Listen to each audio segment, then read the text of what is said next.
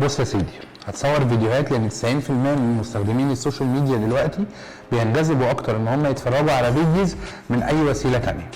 ده رقم واحد. طيب رقم اتنين، الفيديوز بيساعدك ان انت توري العميل بتاعك البرودكت اللي انت بتبيعها او تظهر له بشكل احسن السيرفيس اللي انت بتشتغل عليها.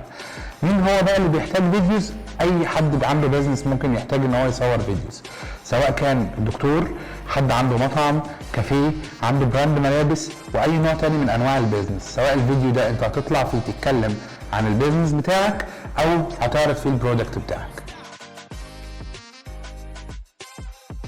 انت ممكن تصور فيديو بالموبايل بتاعك، مفيش اي مشكله، وممكن احنا نصور لك فيديو بطريقه بروفيشنال.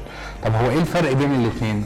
الفرق ان احنا لما بنصور فيديو بروفيشنال ده بيبقى عباره عن معدات فعليه زي الكاميرات، معدات الاضاءه، بيبقى معانا فريق من مخرجين، فيديوجرافر، فوتوغرافر، وكمان بنحط لك سكريبت للفيديو اللي احنا هنعمله، وبنحط بلان للفيديو قبل ما نشتغل عليه.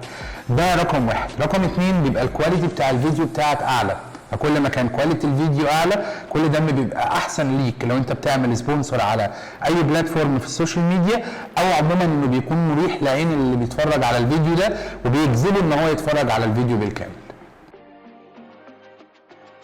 تمام، يعني انت لو بتقدم منتج فانت هتحتاج تصور المنتج بتاعك، سواء انت هتصور منتج او هتصور بنفسك عشان تعرض السيرفيس اللي انت بتقدمها، احنا بنوفر لك ده سواء كان داخل استوديو على كروما او كان بره في لوكيشن او الدور.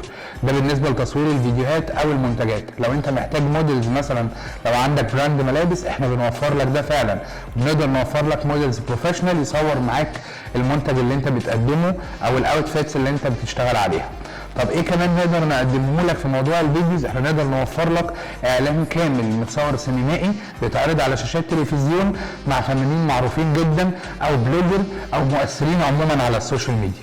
ايا كان اللي انت محتاجه كشغل بي ار او تصوير فيديوز او موشن جرافيك، احنا بنقدمه لك عندنا في تو ميديا.